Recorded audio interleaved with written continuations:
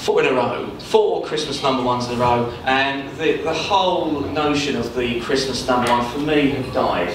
And I had this idea, and I thought, well, I know what I'll do. I'll get everybody to download Rick Astley at the same time, and we can rickroll the whole nation. So, using Facebook this time, I created a campaign called the Ultimate Rickroll. It took me about 7 minutes to think of it, and about 2 minutes to make the Facebook group. That was it, 68,000 people. It's going to have to work, surely. They all download the song, we're going to have a number one single.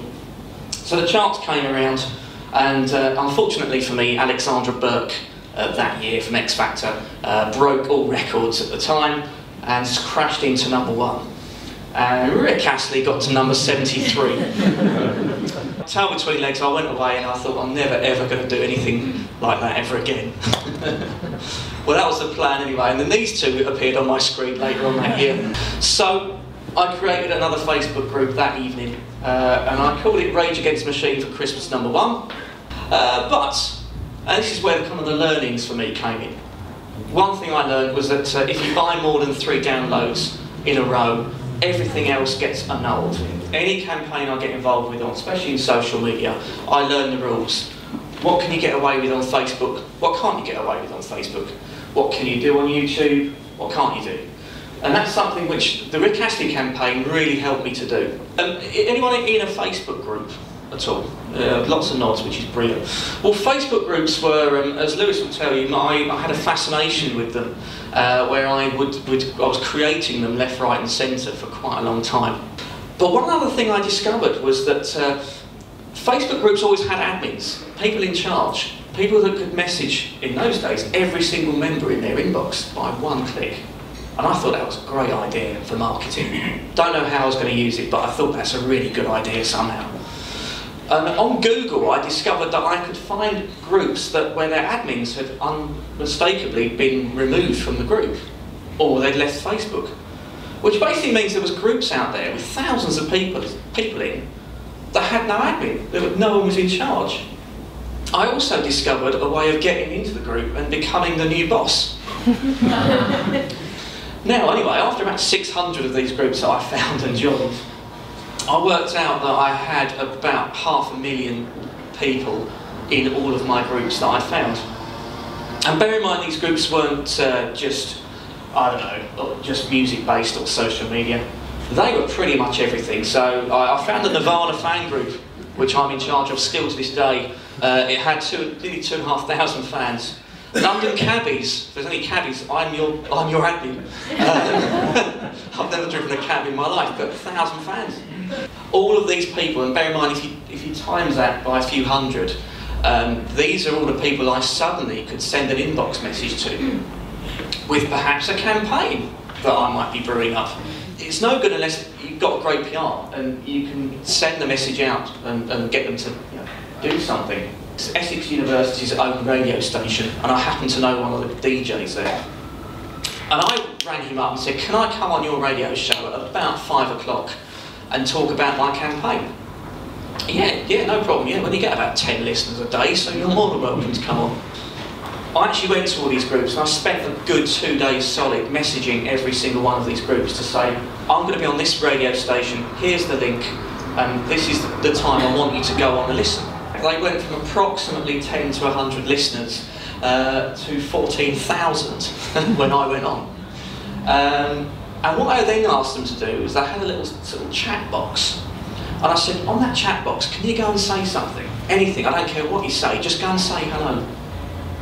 And I did that on purpose because I knew that their servers couldn't handle it.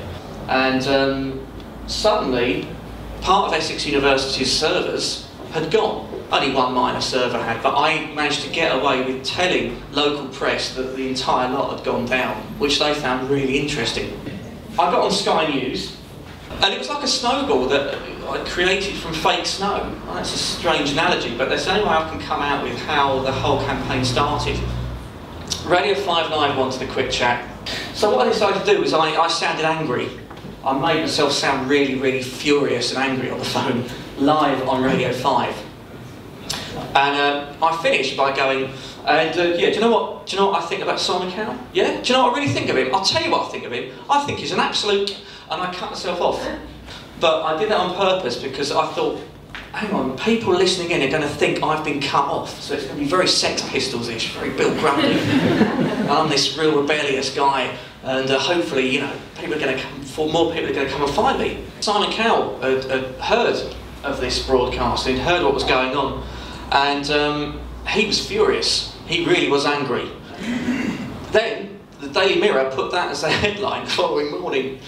And so my campaign that I'd started as a kind of a fake, really, almost as a joke, was the front page of a tabloid newspaper. And that's all very well, but again, in a campaign, you can have millions of people know about it, but if you don't communicate with them on what you want them to do, it's useless. And I have a method which I've put a baby being spoon-fed there, because literally, when I'm doing campaigns, I do spoon-feed people carefully. And this guy phoned me up.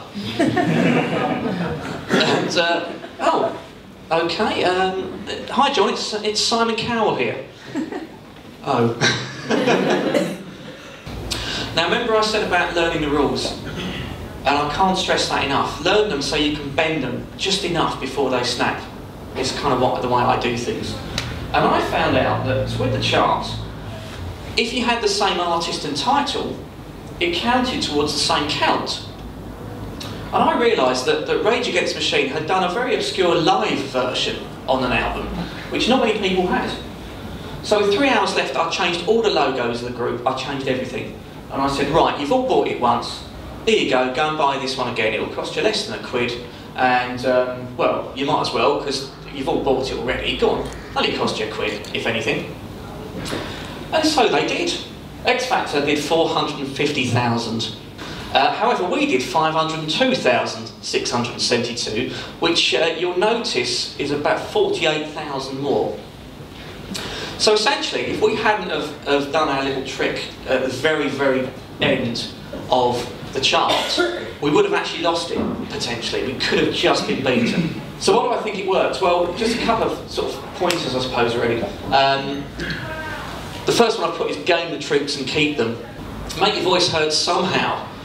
Yeah, well, as I said, I duped my way onto Sky News and the BBC, which I really probably shouldn't have done in any other circumstances, but, you know, I wanted my campaign to work, so that's what I did. Mistakes are great. The Rick Astley campaign was a big mistake. I made every mistake in the book, I got really unpopular, and my name was dirt amongst all the people that had spent money on downloads. But you know what, if I hadn't done that, the Rage campaign would never have worked. End of, wouldn't have worked. PR, also known as fake it to make it, as I sort of briefed a little bit earlier. And clear communication, as I said at the end, you know, again, if you've got great PR, you've got great loads of members there that you know, are following you, you've got to let them know what you want to do. Don't be afraid to sell things. I've worked with companies that I just say, just sell something, because if they've liked you, they like your product. There's nothing wrong with saying, you know, here's our new product.